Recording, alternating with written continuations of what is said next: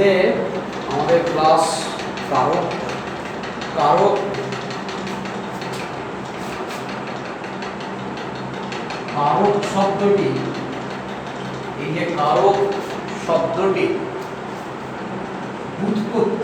উৎপত্তি মানে কারক কিভাবে উৎপন্ন হতো, এই শব্দটা কিভাবে উৎপন্ন হতো না, ক্রি ধাতু যুক্ত ন প্রত্যয়।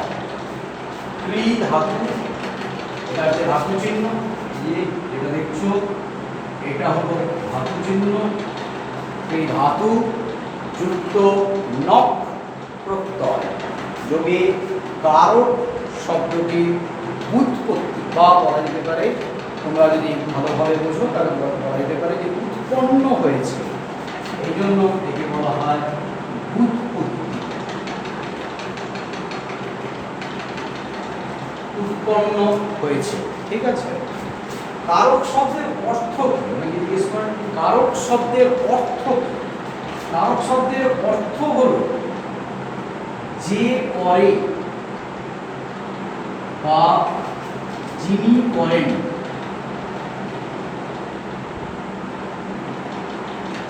যে করে বা যিনি করেন। কারক শব্দের উৎপত্তি হলো ক্রি ধাতু যুক্ত নক প্রত্যয়। কারক শব্দের অর্থ হলো যে করে বা যিনি করেন। কারক কাকে বলে, আমরা কাকে বলব কারক না, এই যে ধরো বিশেষ্য পদ, বিশেষণ পদ, সর্বনাম পদ, এই সমস্ত পদগুলির সঙ্গে ক্রিয়ার যে সম্পর্ক, ধরো আগে সংজ্ঞার আগে রাম খায়, খায় ক্রিয়া, তাহলে রাম কি খায়, তাহলে বিশেষ্য পদের সঙ্গে ক্রিয়ার সম্পর্ক, এটা হচ্ছে কারক। আবার ধরো রাম ভাত খায়, ভাত, রাম কি খায়, এই যে ভাতের সাথে ক্রিয়ার সম্পর্ক, অর্থাৎ কি খায়, ঠিক আছে। তাহলে এই যে বিশেষ্য পদ, বিশেষণ পদ বা সর্বনাম পদের সঙ্গে ক্রিয়ার যে সম্পর্ক, বা বলা যায় পদের সঙ্গে যে ক্রিয়ার সম্পর্ক, তাকে বলা হয় কারক। তাহলে পদের সঙ্গে ক্রিয়ার সম্পর্ককে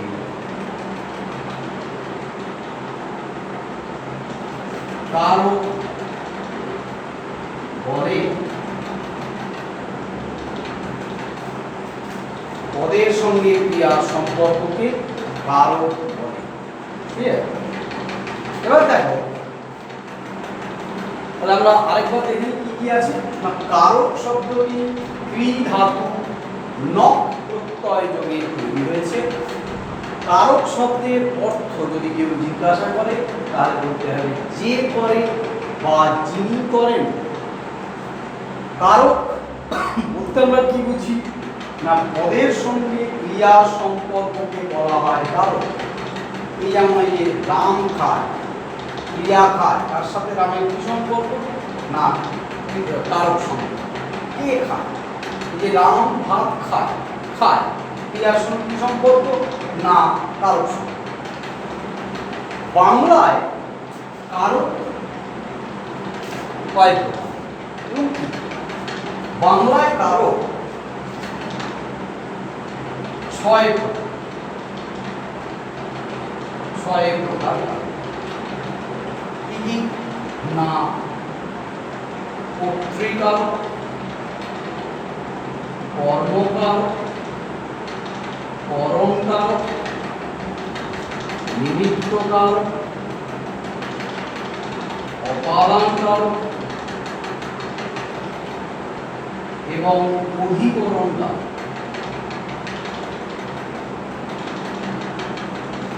সংস্কৃতে সম্প্রদান বলে একটি কারক ছিল, সেটি আমাদের বাংলায় নিমিত্তের সঙ্গে যোগ হয়ে গেছে। কিভাবে হয়েছে, আমরা যখন কারকের ডিটেলসে যাব, অর্থাৎ এইগুলির ডিটেলসে যাব, তখন সেখানে আমরা আলোচনা করি। এই ছটা হচ্ছে কারক। এছাড়াও অকারক রয়েছে, অকারক দুটি। কি কি? সম্বন্ধপদ এবং সম্বোধন পদ, দুটো অকারক, সম্বন্ধ পদ এবং সম্বোধন পদ। এখন প্রশ্ন আসতে পারে বা প্রশ্ন উঠবে যে এদেরকে কেন অকারক বলছেন বা অকারকের কি প্রয়োজনটা ছিল, কি কারণে এরা অকারক?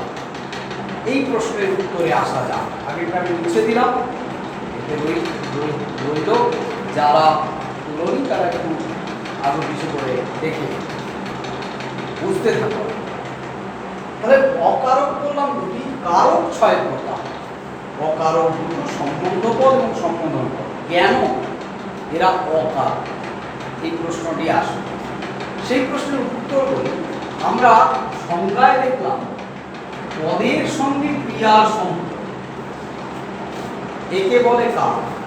পদের সঙ্গে ক্রিয়া, আমি মুখে বলেছি যে পদ মানে বিশেষ্য, বিশেষণ এবং সর্বনাম, এর সাথে ক্রিয়ার সম্পর্ক। কিন্তু এই দুটোর ক্ষেত্রে যে দেখো কথাতেই আছে পদ, কথাতেই আছে পদ, এদের ক্ষেত্রে কি হচ্ছে? অকারক কেন বলছে দেখবি না? অকারক বলার কারণ কি?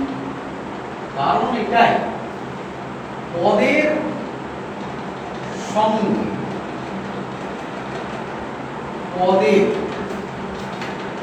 পদের সঙ্গে পদের সম্পর্ক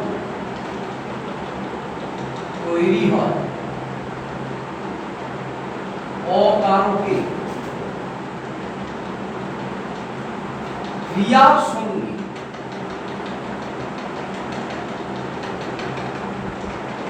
পদের কোনো সম্পর্ক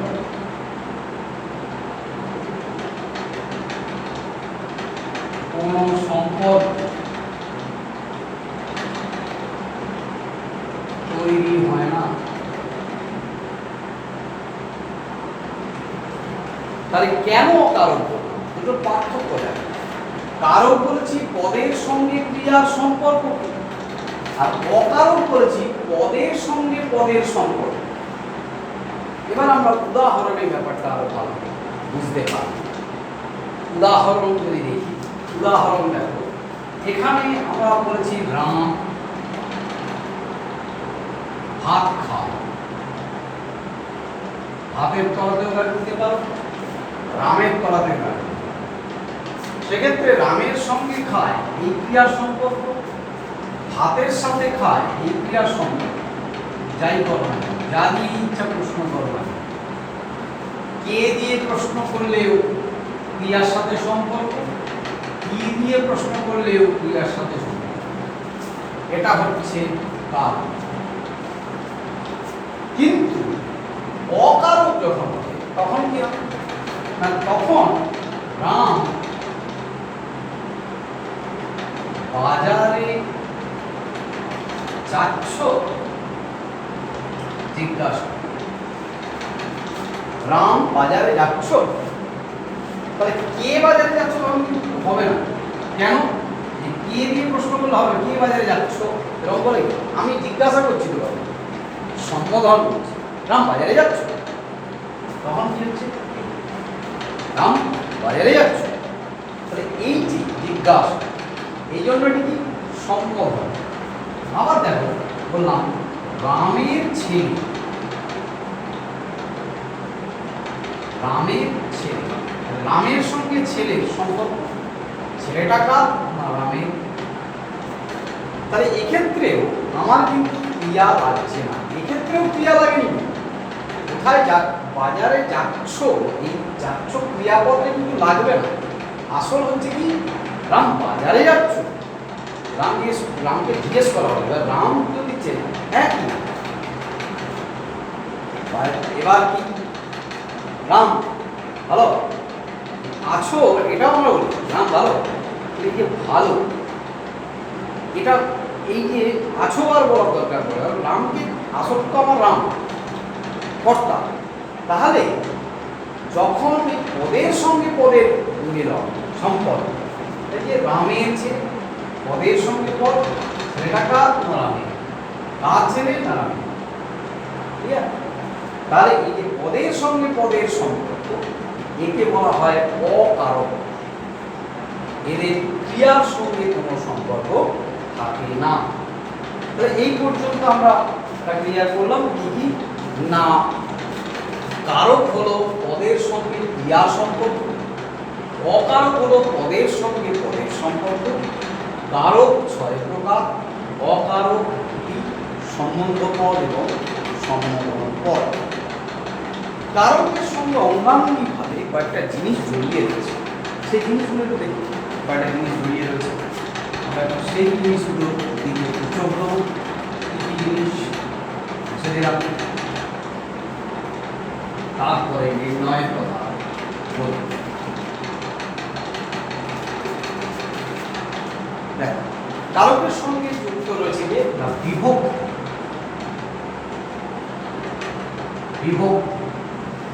বিভক্তি কি? বিভক্তি হলো চিহ্ন বা লক্ষ্য। কিসের? এ, তে, অন্তস্তয়, ই, র, এ, দে, নানা বিভক্তি রয়েছে, নানা বিভক্তি রয়েছে। এই বিভক্তিগুলি কি কাজ করে বা কিভাবে এই বিভক্তিগুলির কাজ চলে, সেটাই আসল। বিভক্তি কাকে বলছি? বলছি যে চিহ্ন বা লক্ষণ কি করবে না, শব্দের সঙ্গে বসে, শব্দের সঙ্গে বসে শব্দকে পদে পরিণত করে,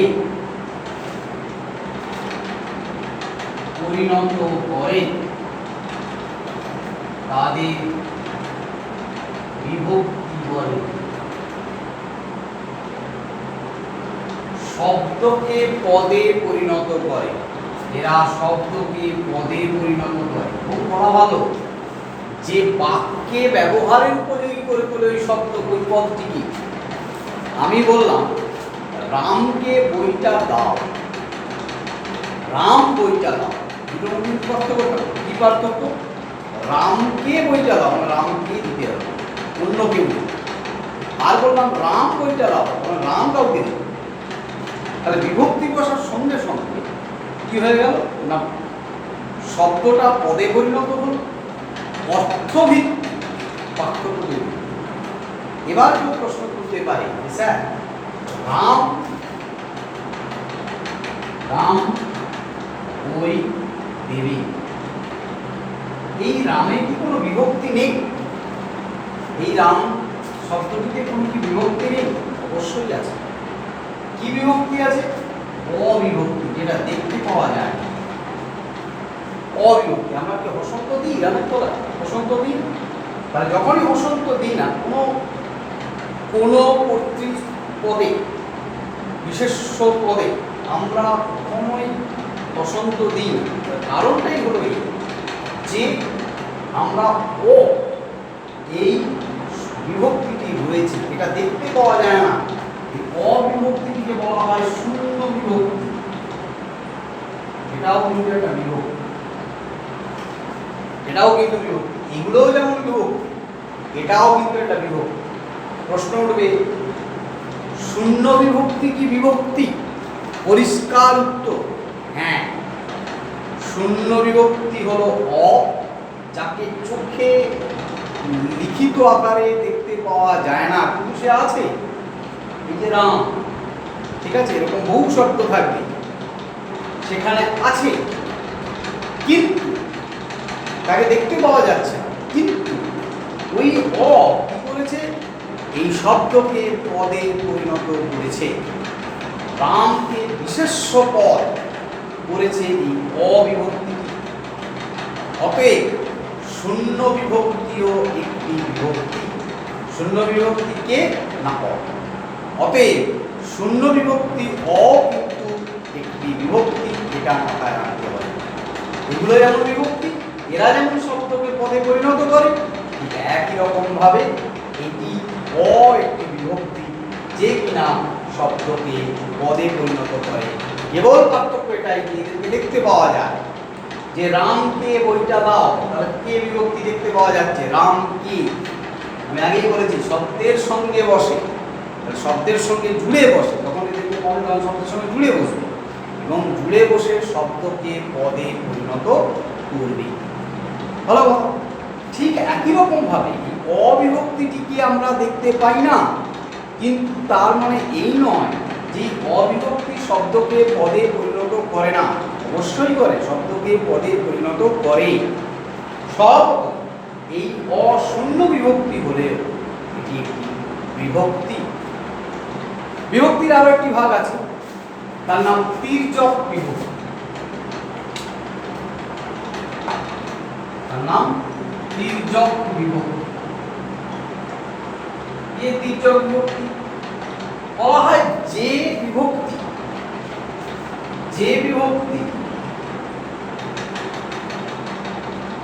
কি করবে না প্রায় সমস্ত কারক, প্রায় সমস্ত কারক বসবে, তাদের তির্যক বিভক্তি করে।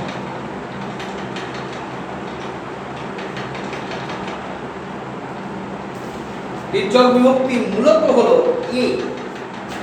এ হলো মূলত তির্যক বিভক্তি। কেন না এই বিভক্তিটি প্রায় নয় সব কারকেই একমাত্র এই বিভক্তিটি, আরো আছে কিন্তু সব থেকে বেস্ট হচ্ছে এই বিভক্তিটি, যাকে আমরা বলি তির্যক বিভক্তি।